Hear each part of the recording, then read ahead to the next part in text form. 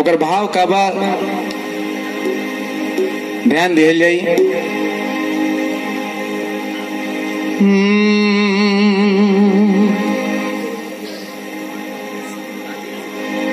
छोड़ी के हम के नौकरी करेला,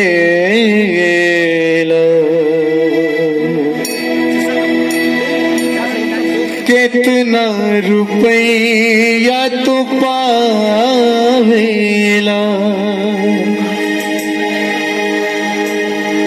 ए सैया जी ए राजा जी, ए सैया जी ए राजा जी, याद बहुत तो आवेला। कैसे कहती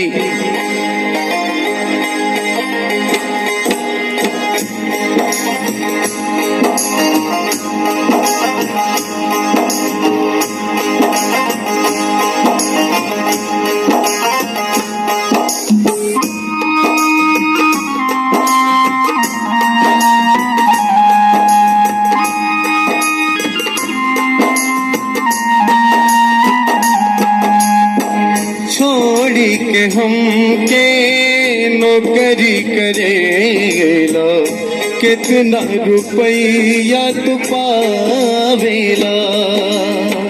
ए सैया जी ए राजा जी, ए सैया जी ए राजा जी, याद बहुत तो आवेला।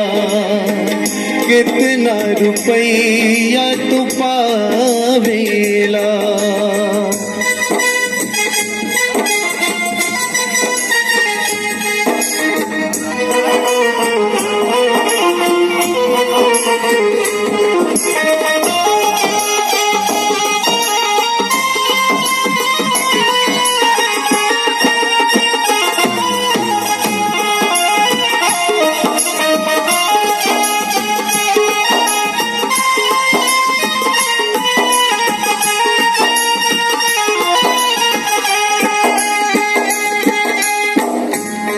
और कहते का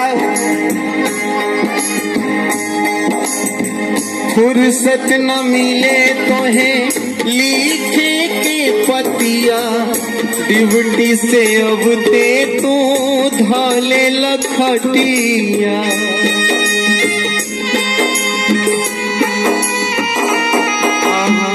फुर्सत न मिले तो है लिखे के पतिया, ड्यूटी से अब ते तो धाले लखटिया।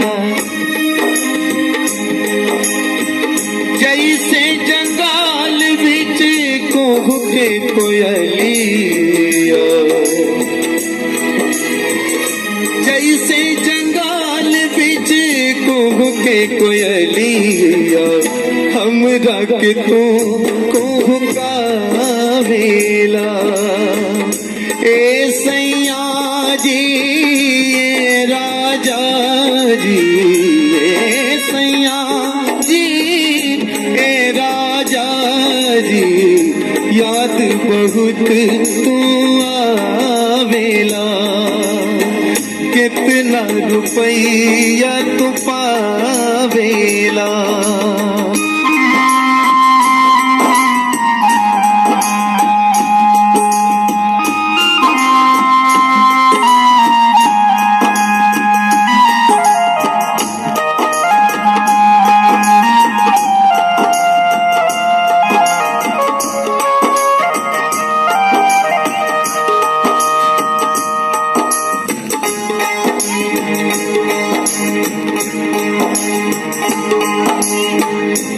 और क्या कह रही है?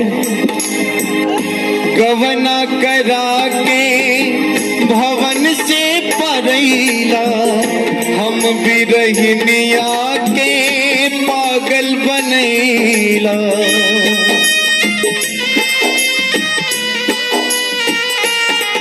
हो गवना करा के भवन से परैला हम बिरहिने आके पागल बनैला जैसे कि जाल बिन तड़पे मछलिया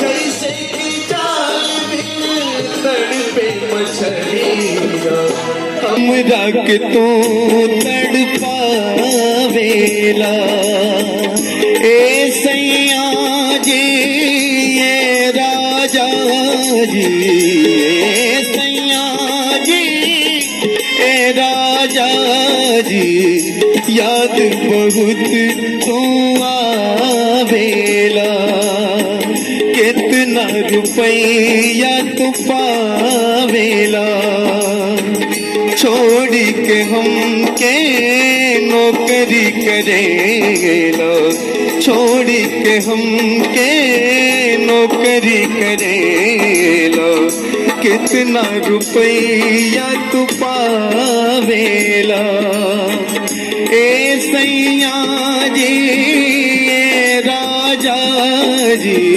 ए सैया